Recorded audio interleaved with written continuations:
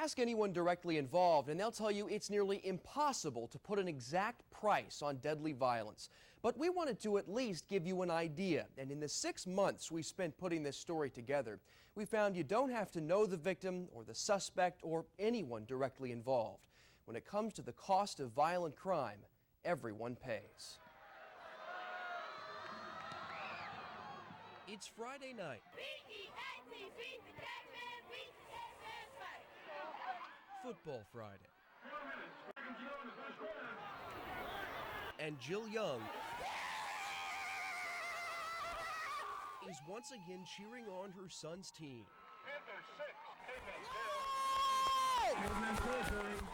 It's one of her favorite ways to remember him. Sometimes it still don't even seem real. It was nearly 1 year ago. Football season had just ended. It was a Friday night, and Kenny Riles was headed out for a party. His ride blew for him, and he went out the door. Hours later, 2 police officers came knocking at that door. And I opened the door, and they asked me, was my name Jill Young? And I told them, yeah. And they said, do you have a son named Kenny Riles? I said, is my baby dead? I called him my baby. And they said, yeah. At just 19 years old, Kenny Riles was dead, shot and killed, caught in the crossfire trying to run from a gunfight in St. Joseph County, the 14th homicide victim of 2006. 1 year later, for most people, the Kenny Riles case is history. The headlines filed away in the archives, just like 16-year-old Javonda Tharbs, shot and killed last year on prom night, and 18-year-old Jeremy Briones, murdered on the sidewalk during an argument. It's the human cost of homicide, now tucked away. But authorities say there's another cost you won't see in the headlines or the stories behind them, a cost that can't be tucked away, a cost you pay for. It comes out of everybody's pocket. When we come back, the price everyone pays for homicide. It affects you. It affects everybody in this community.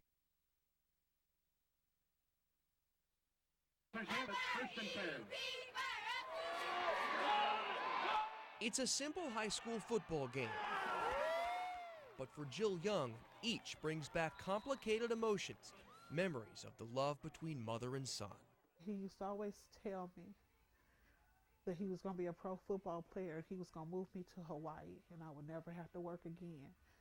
And I would tell him, you don't have to be a pro football player. I said, just finish high school, go to college, get a wife, and be good to your wife and be good to your children. He would never get the chance. Shot and killed outside a party last December at the age of 19. It's just a good person that's missing out of the world. He was one of the positive black males that we had. And after burying her only son, it wasn't just emotional heartache Jill Young faced. She was also staring at a mountain of funeral and medical bills. There's no way that they think about how expensive it is when somebody gets gunned down in the streets. From cemetery fees to hospital bills, like all other victims' families, Jill Young got a bill for it, more than $11,000. A lot of the young men that's out in our community that's committing these crimes, it does not faze them at all. What it's costing, emotionally, financially, they don't care. But we learned that when it comes to murder, family members aren't the only ones paying the price. It comes out of everybody's pocket. Authorities say you are too. For 14 hours after Kenny Riles was shot and killed at this West Side intersection, city police officers had to sit here, securing the scene as investigators looked for evidence. The cost? $2,159 in hourly and overtime pay. Forensic tests and ballistics analysis, more than $5,000. And remember, this is for just one victim alone. At that rate, times 14 homicide victims last year, the cost for scene security and ballistics analysis would have totaled at least $100,000. But the biggest part of the investigation belongs to the St. Joseph County Metro Homicide Unit, a $300,000 a year operation and part of the county budget. When my team goes out, we have 2 investigators and 2 technicians in addition to myself. There's also the cost of the autopsy, $1,300 for every victim paid for by the public. Last year, that totaled more than $18,000. Lab costs ranging from $300 per victim to nearly $1,000. X-rays and the price to read them, $203 to $320. For every victim, billed to the county, all paid in the end by you and me. There's just so many things that it almost runs into infinity. That also includes court costs. It varies widely, but last year, the third Osco triple murder trial cost just under $200,000. But the biggest financial cost when it comes to homicide is keeping the killers behind bars.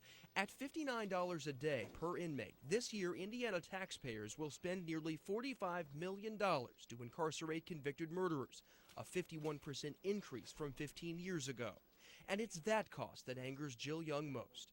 The cost of keeping the man connected with her son's killing behind bars. My money and everybody else's money here in South Bend is going to pay for his stay in prison. So he gets 3 meals a day.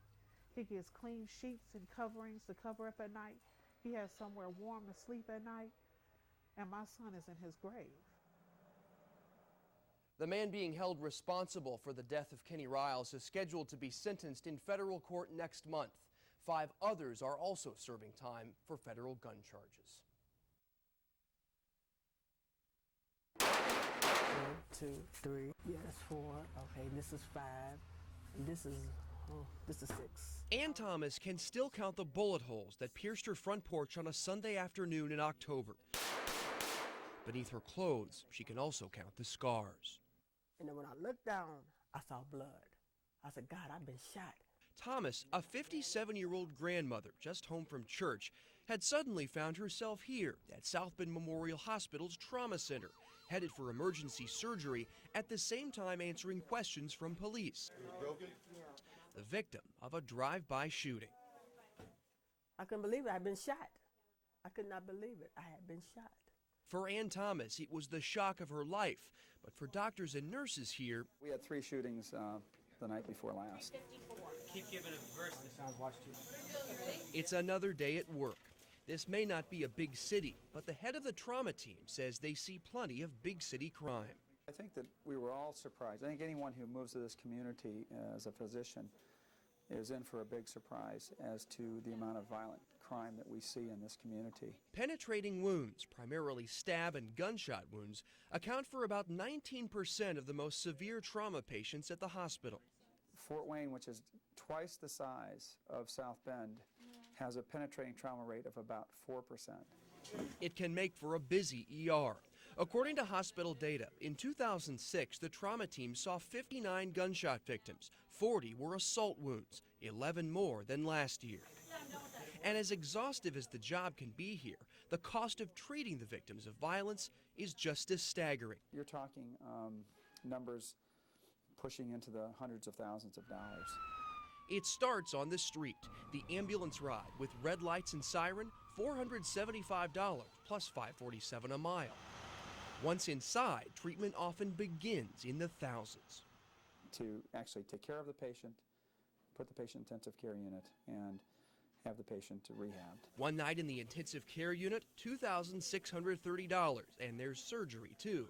Today, Ann Thomas is back at home trying to overcome the shock of her hospital bill.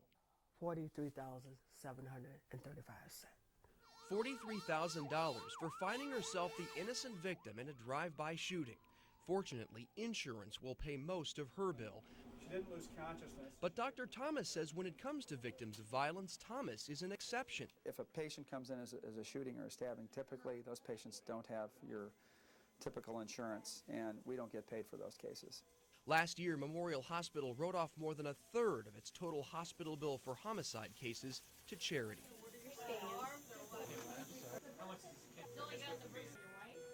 If you're injured, we're going to take care of you. That's our job as a trauma center.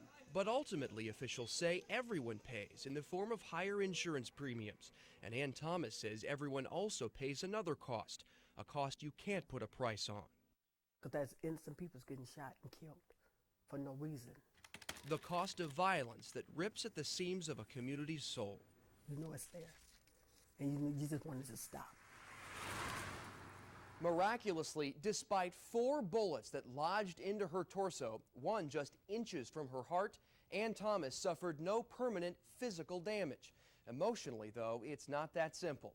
She's in the process of moving out of her West Side neighborhood after 2 decades because she says she can't live there anymore and relive the memory of what happened.